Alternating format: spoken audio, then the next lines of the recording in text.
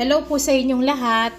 Today, gagawa po tayo ng super soft na basic donut. So, ito po ang lahat ng ingredients ko.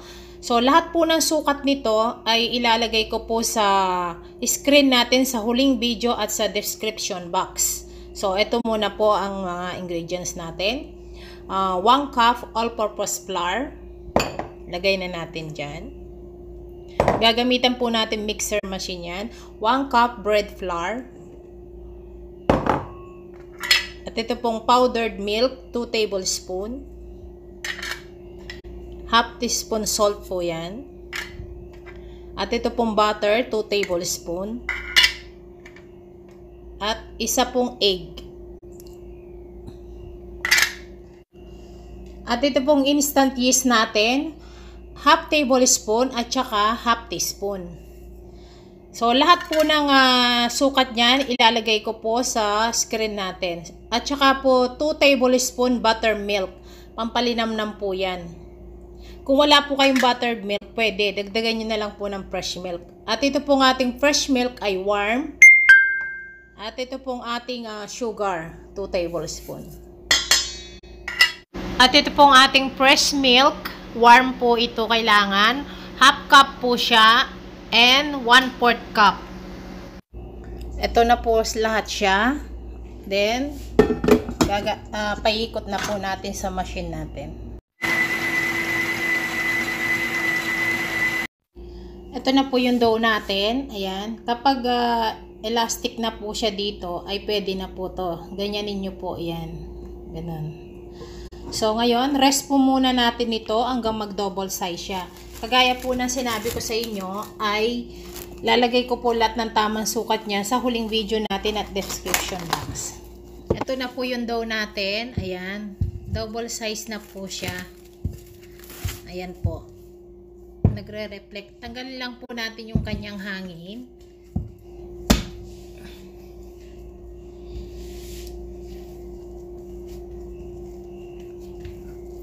Alisin lang po natin yung hangin niya.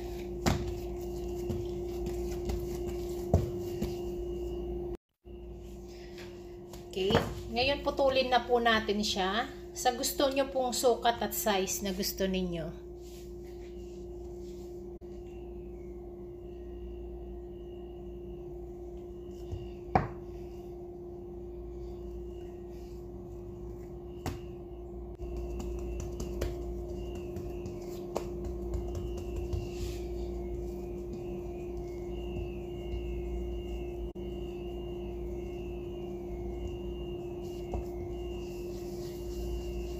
Malalaki po itong aking donut. Kung kayo po gusto nyong maliliit, pwede rin po.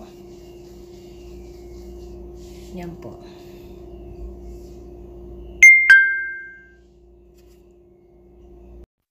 So, ito na po sila. I-rest ko muna po sila ng 15 minutes. Okay? Then, balikan po natin sila. So, after 20 minutes, ayan na po sila. So, ang gagawin po natin nito ay bubutasan na po natin sila. Ito po yung wood. Okay. Ta-transfer ko po sila dyan. Para po malagyan natin ng butas. Hindi ko na po ito ginamitan ng rolling pin. Ito po papakita ko sa inyo kung paano.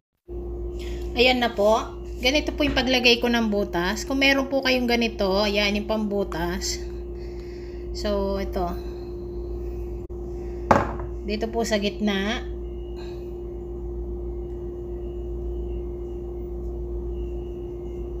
Lagyan nyo lang po siya ng ito po. Ayan po. Para po maganda po sila pagkaalsa niya pag ganito po. Ayan. Dito po sa gitna.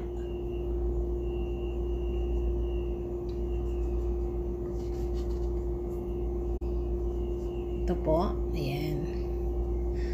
Ito po yung donut natin. Ayan po. Ito po yan. Close up siya para makita ninyo. Sa gitna. Then, ikot nyo siyang ganito.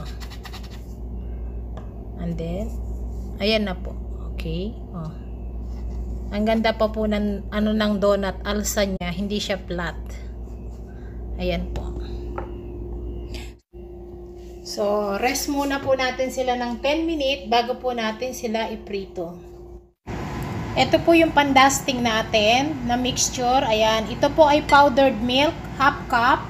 Kahit po anong milk powder pwede. At ito pong icing sugar, ayan, ay half cup din po siya. Ito po yung cup. And half cup milk. Mix nyo lang po ito.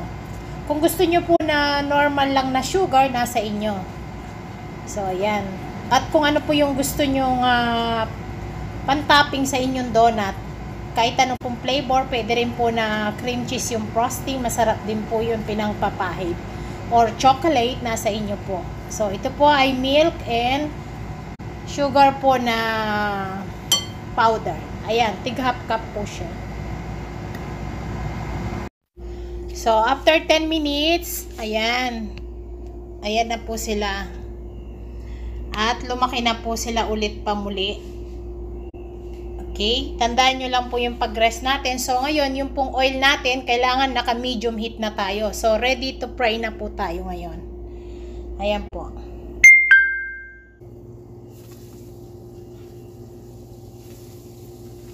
Ayan po, oh. Tignan nyo po yung kanyang texture. Ayan po. Hindi sila flat.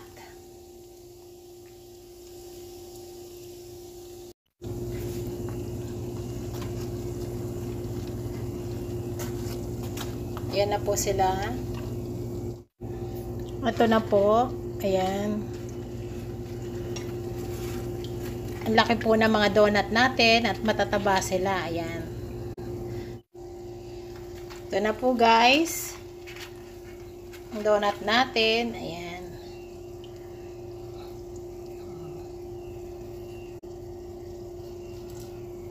Pwede na to.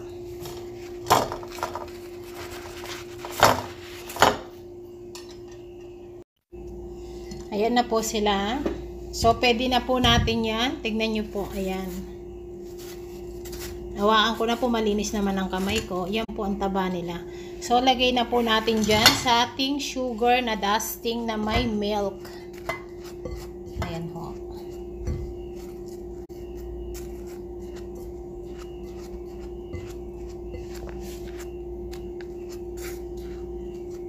Hawakan ko na po. Ako naman ang kakain at malinis na po yung kamay ko.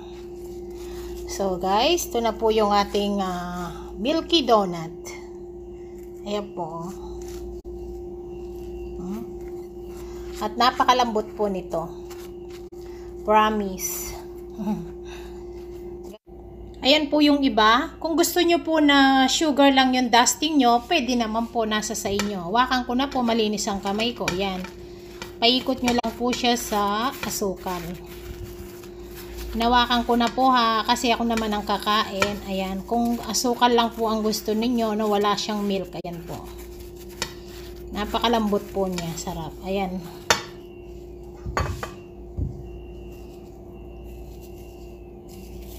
Ayan po ang donut ni Kikay. Okay?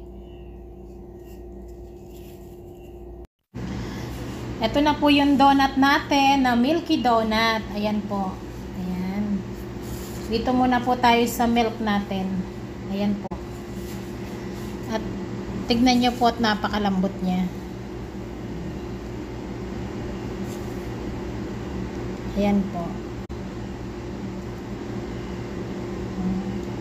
See? Ang lambot po niya, oh.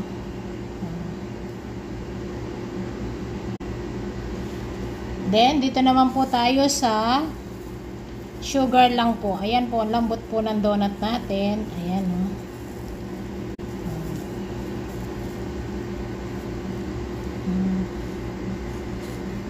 Ayan po.